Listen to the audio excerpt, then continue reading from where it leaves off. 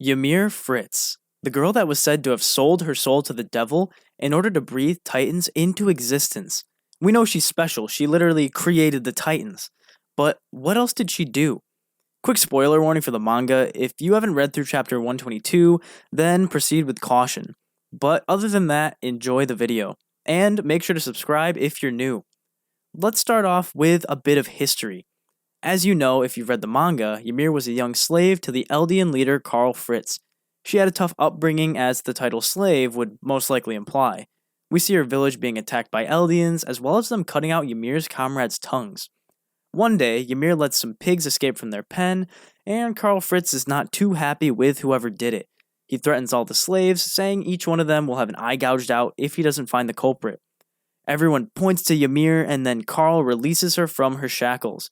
Even though he says she's free, he intended to have her die by his subordinates' hands in what seemed like a cruel game of tag. Dogs and men on horses with bows chase and shoot at Ymir. She finds some sort of hollow tree and figures that it's about as good a place to hide as any.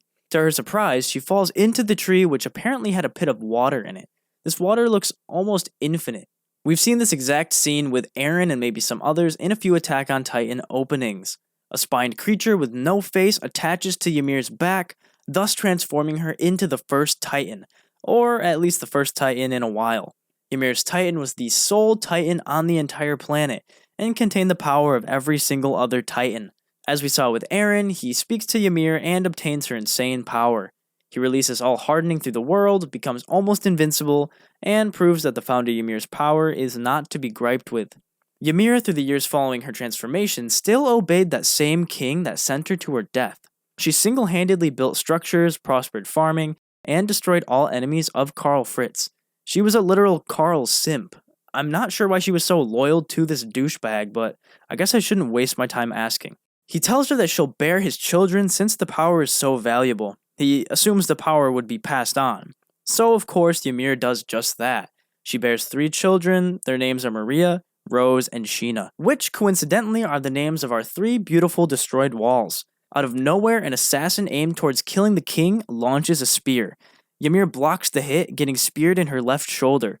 Karl's like, "Alright, Ymir, I know that couldn't have killed you, so get up, you slave," but she doesn't get up. So Karl's brain goes towards the best option to take now that Ymir is dead. He literally feeds these 3 girls their own mother.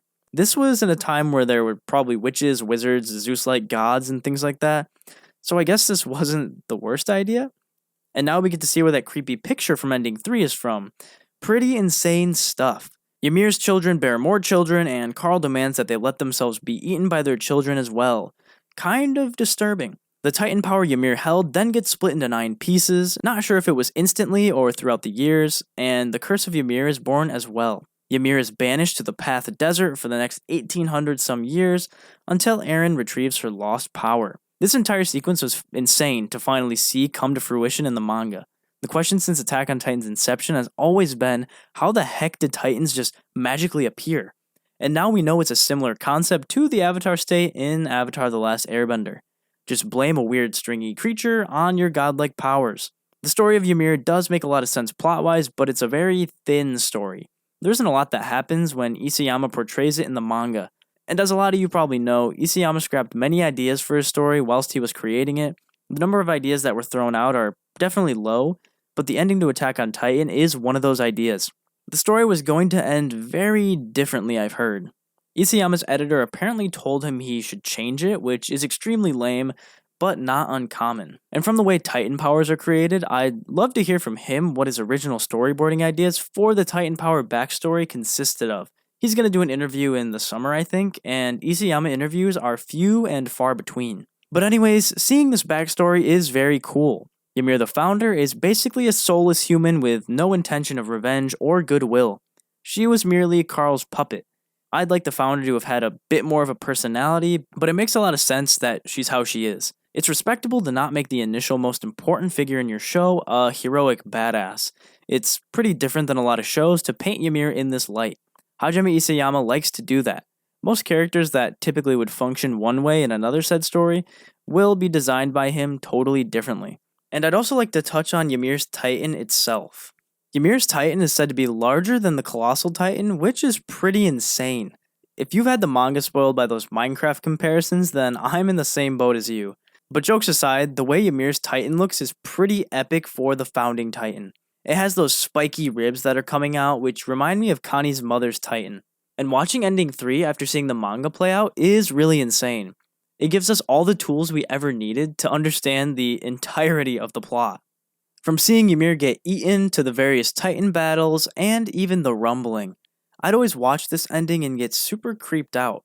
Initially, I was sort of scared of the song, but with its manga importance, I've grown to like it a lot more.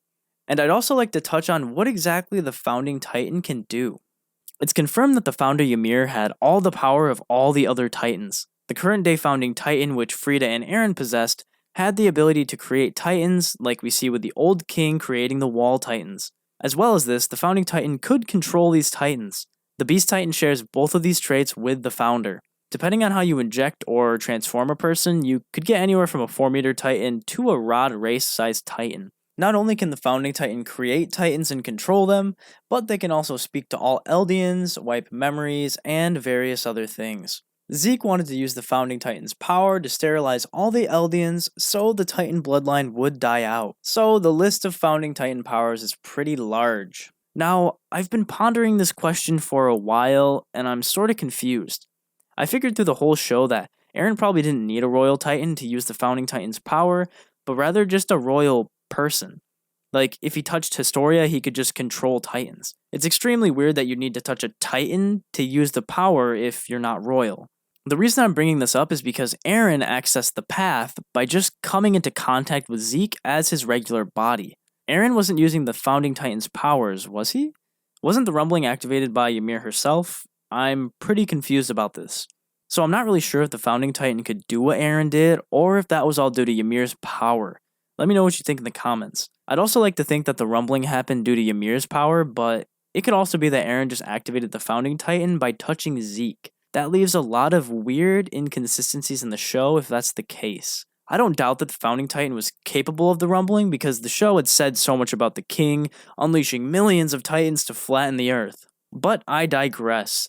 Ymir's backstory was very interesting to hear, and I only hope that we can have some inconsistencies and bad takes cleared up in Season 4 Part 2's adaptation. Hopefully my little summary or rant about Ymir's story was a good paraphrasing of it all. If you want to hear me talk about issues with the ending and what's scrapped, then comment down below. Thank you for watching.